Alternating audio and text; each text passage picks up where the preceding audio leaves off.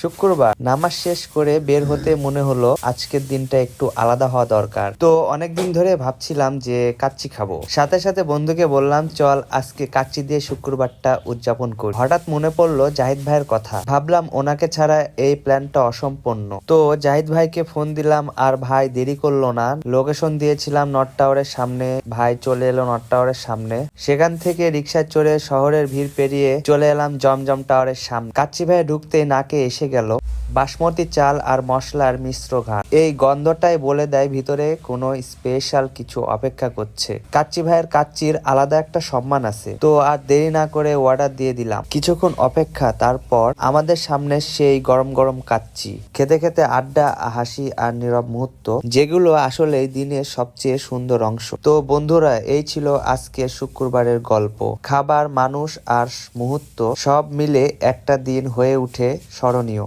আজকের মতো এখানেই শেষ, আবার দেখা হবে নতুন কোনো জায়গায়।